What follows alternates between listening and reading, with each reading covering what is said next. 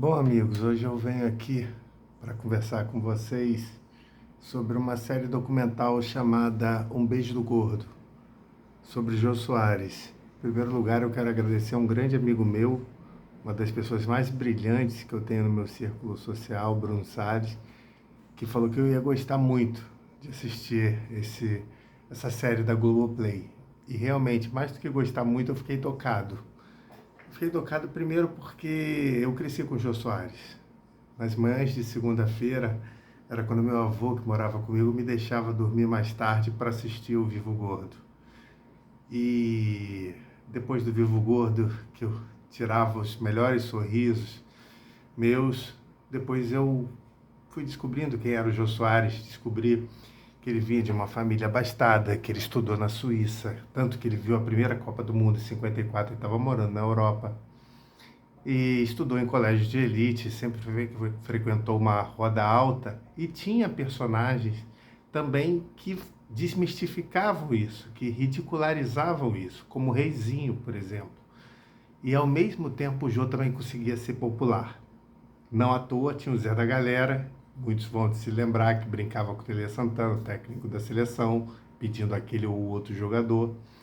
E tinha personagens também como Capitão Gay, onde mostra o pioneirismo do Jô nessa questão de dar voz aos homossexuais, a todos que hoje participam desse movimento chamado LGBTQIA+.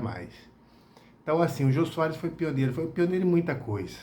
Um monstro do teatro, um monstro na rádio, na televisão nem se fala, a ponto de muitos que viam a Rede Globo, quando o Dr. Roberto Marinho não lhe deu a chance de ter o seu próprio talk show, e se hoje a gente tem adventos de podcast para que todos vejam mundo afora, o talk show brasileiro se deve ao Jô, consequentemente os podcasts.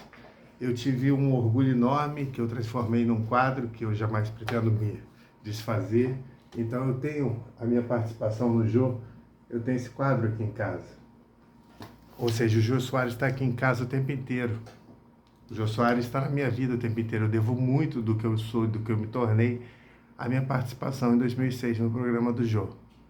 Então, quando ele migrou para o SBT, eu fui junto. E eu era adepto do Jô Soares 11h30, que nunca começava às 11h30, né? Sempre por volta de 11h30, como ele mesmo diz. Então, é um documentário, é uma série documental que vale muito a pena ser assistida. Não só para você conhecer mais sobre a intimidade do Jô, sobre o caráter do Jô, sobre os valores do Jô, principalmente o lado humano dele de ter cuidado tão bem e de um filho autista que ele teve, o Rafael. Também por conhecer a sua generosidade com as pessoas, no meu caso, no caso do Fábio Porchat, que estava no auditório e no intervalo ali deixou uma carta, por favor me chama, me deixa fazer um número, e o Jô permitiu, e hoje o Fábio Porchat é quem é. Então muita gente deve ao Jô Soares. Muitas informações que nós brasileiros temos, como por exemplo o advento da AIDS, o Drauzio Varela pediu para ir ao Jô, e assim o Brasil ficou sabendo mais sobre aquilo. Então, assim, é uma série que é dever de casa. Eu não quis fazer texto dessa vez, eu preferi falar, sabe? Até por conta de ter sido lançado agora e com muito pouca pompa. Não teve o destaque que o Jô merece, né? Inclusive, a gente está vivendo ainda o luto do Silvio Santos, e foi o Silvio Santos que deu a ele essa oportunidade de ter seu próprio talk show, e ali o Jô mostrou o quão gigantesco ele é, porque não tem ninguém na televisão brasileira hoje que domine sobre todos os assuntos como o Jô Soares fazia, com a tranquilidade que ele fazia, com a irreverência, com o bom humor, com as piadas sarcásticas, com tudo. E no documentário, além desse grande Jô, do escritor fenomenal, do ator sensacional, do humorista sem igual, a gente tem o Jô humano. O Jô que por duas vezes, primeiro com a Cláudia Raia, depois com a Flavinha Soares, o Jô abdicou do amor no auge do amor.